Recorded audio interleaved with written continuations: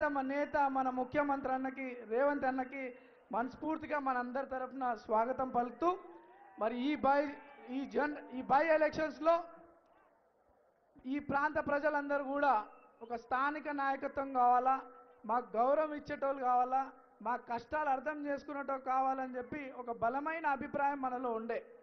మరి మన అభిప్రాయం మేరకు పెద్దలు ముఖ్యమంత్రి రేవంత్ అన్న, కాంగ్రెస్ అధిష్టానం, మరి మహేష్ అన్న మీలో ఒకడినైనటువంటి నాకు, మీ కళ్ళ ముందు పెరిగినటువంటి నాకు, మీ బస్తీ పిల్లగానైనటువంటి నాకు ఎంతో నమ్మకంతో మీకు అండగా ఉంటానని, మీ కష్టాలకి కన్నీళ్లు దూర్చేవాడిని అవుతానని, మన ప్రాంత అభివృద్ధి చెందుతానని, అభివృద్ధి చేయిస్తామని, మీలో ఒక ధైర్యం కల్పిస్తానని ఒక ఎంతో నమ్మకంతో నాకు ఈ ప్రజాసేవ చేయడానికి ఒక అవకాశం కల్పించినటువంటి పెద్దలు ముఖ్యమంత్రి అన్నకి, మా పిసిసి మహేష్ అన్నకి, కాంగ్రెస్ అధిష్టానాన్ని అందరూ కూడా పాదాభి నమస్కారం చేస్తూ, మరి చిన్నప్పటి నుండి కూడా నేను ఆర్కిటెక్చర్ కంప్లీట్ చేసినప్పటి నుండి కూడా నాకు ఒక కోరిక ప్రజాసేవ చేయాలని, మరి నా తండ్రి ఆశయం కూడా నేను పబ్లిక్లో ఉంటూ వారికి అండగా ఉండి ప్రజాసేవ చేయాలని ఒక నా తండ్రి కోరిక మేరకు చిన్న వయసులో మీ మధ్యలోకి వచ్చి అవకాశాలు వచ్చినా రాకపోయినా మీతో ఉంటూ నాతో అయినటువంటి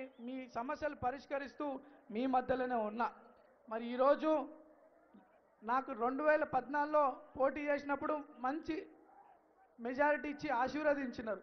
2018లో 2023లో నాకు అవకాశం రాకుండా చేసినటువంటి పార్టీ బీఆర్ఎస్ పార్టీ. అవకాశాలు రాకపోవడం అవన్నీ కామన్, కానీ అనేక తప్పుడు కేసులు పెట్టి నా జీవితం పాడు చేయాలని చూసినటువంటి పార్టీ బీఆర్ఎస్ పార్టీ.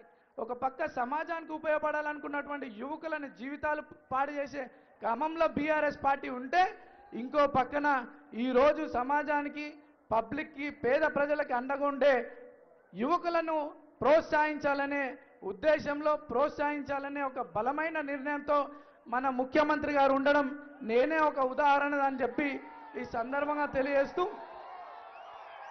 ఎప్పుడైతే కాంగ్రెస్ పార్టీ మీ బిడ్డనైనటువంటి నాకు అవకాశం కల్పిస్తుందని చెప్పి బీఆర్ఎస్ వాళ్ళు అనేక ఆరోపణలు చేస్తూ వచ్చినారు.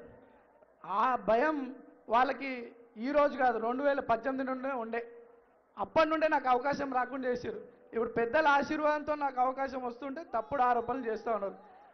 బీఆర్ఎస్ పార్టీ భారతీయ రాష్ట్ర సమితి కాక భయం రాష్ట్రీయ సమితికి ఏర్పడి మనందరినీ తప్పుదోవల పట్టించే ఆలోచనలు ఉన్నారు. కానీ ఎలక్షన్లు 5 ఏళ్ళకు ఒకసారి వస్తాయి. ఎందుకు? ఒక సరైన నాయకత్వం రావాలా, మన ప్రాంతం అభివృద్ధి చెందాలా, మన పిల్లల భవిష్యత్తు గురించి అని చెప్పి ఒక ఎలక్షన్ వస్తుంది, దానికి సరైన నిర్ణయం తీసుకోవాలి. గతంలో 3 సార్లు అవకాశం ఇచ్చిరు మీరు, మన ఏమైంది? మరి ఎక్కడన్నా మన ప్రాంతం అభివృద్ధి చెందిందా? అభివృద్ధి దేవుడెరుగు, కానీ మన ప్రాంత ప్రజలకి గౌరవం ఉండేనా? ఎవరికి మర్యాద ఉండేది కాదు, సమస్య పైన స్పందించేటోళ్ళు కాదు. ఈరోజు రేవంత్ అన్న ఆదేశాలతో 3 మంత్రులు ఇక్కడ నిరంతరం కృషి చేస్తూ దాదాపు 150 కోట్ల రూపాయల డెవలప్మెంట్ యాక్టివిటీస్ చేయించారు మన బస్తీలలో, గల్లీలలో. ఏదో సింపతి గురించి ఆలోచించడం కాదు.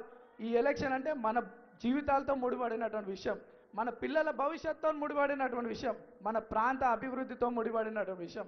సరైన నిర్ణయం తీసుకొని అభివృద్ధికి మీరు ఓటేయాలని, ఈరోజు మీ బస్తీ పిల్లగానిగా నాకు అవకాశం కల్పిస్తే, నన్ను ఏ రోజన్నా నన్ను ఒక నవీన్ యాదవ్ 20 ఏళ్లలో ఒకరిని బెదిరించింది విన్నరా? ఒక్క రూపాయి ఎక్స్ట్రాక్షన్ చేసింది ఎవరైనా విన్నరా? ఏ రోజైనా నేను నా జీవితంలో తప్పు చేయలే. ఈరోజు నన్ను రౌడీ గుండా అనుకుంటా మీ బిడ్డనైన నన్ను తప్పు నిందలేస్తారు. మరి ఏం జవాబిస్తారు వాళ్ళకి? ఏం జవాబిస్తారు? వచ్చే 11 తారీఖు ఇప్పుడు ఎట్లయితే కొన్ని వేల మంది ఈరోజు వచ్చిరో, ప్రతి ఒక్కరు ఇంట్లల్లో పొద్దున్నే లేచి 11 తారీఖు అత్యధిక ఓట్లు వేసి హయ్యెస్ట్ మెజార్టీ మన ప్రాంతం నుండి, హయ్యెస్ట్ మెజార్టీతో మనం కాంగ్రెస్ పార్టీని ఈ ప్రాంతంలో గెలిపించుకుంటే మనం రేవంత్ అన్న గౌరవం నిలబెట్టిన వాళ్ళు అవుతాం, మహేష్ అన్న గౌరవం నిలబెట్టిన వాళ్ళు అవుతాం, కాంగ్రెస్ పార్టీ అధిష్టానం వారి గౌరవం నిలబెట్టిన వాళ్ళం అవుతామని చెప్పి సందర్భంగా తెలియజేస్తూ, ఒక్కసారి టిఫిన్ డబ్బాలకు వాటర్ బాటిల్ రాజకీయాలు అంతం చేయండి.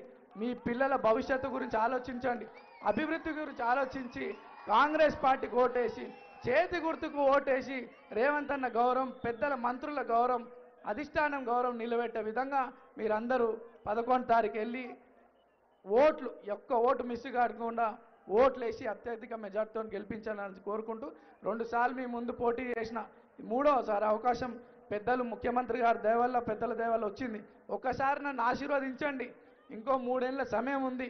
మన గల్లీలల్లో బస్తీలల్లో అన్నీ కూడా సమస్యలన్నీ అన్నగారి దగ్గర తీసుకుపోయి శాశ్వత పరిష్కారం చేసే